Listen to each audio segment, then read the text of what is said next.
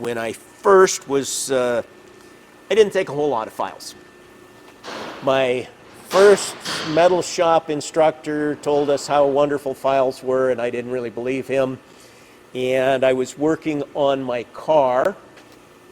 I was 16 years old, and and I had bought a cheap 9-inch grinder, and it was cheap. And in fact, I think it was a 7-inch grinder, but anyway, it was cheap. And this was like the third one of them that had burnt out. And I needed to grind down and make a spacer out of an old part of a door hinge.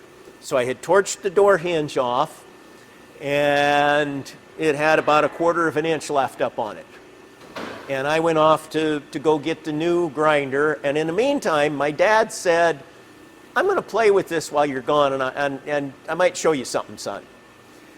While I was gone, now I traveled about 30 miles, a little bit of traffic, exchanged the grinder, came back, but while I was gone, my dad had filed down that 1/4 inch by hand with this piece in a vise. And so it did teach me what you could do, and I've done similar at times when I needed to. I would avoid it though.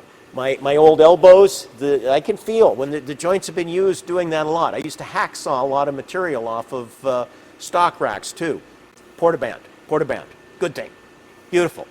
I thought they were foo-foos for a while because I got into being able to do the stuff by hand. I was doing exercising at the gym a lot. I was tough and I did it, but you get to a point where your elbow starts wearing out from doing so much of that. And yeah, the Portabands, they were a lot of money percentage-wise. It's part of why I didn't buy one for a long time, and it was just like, yeah, we can do it.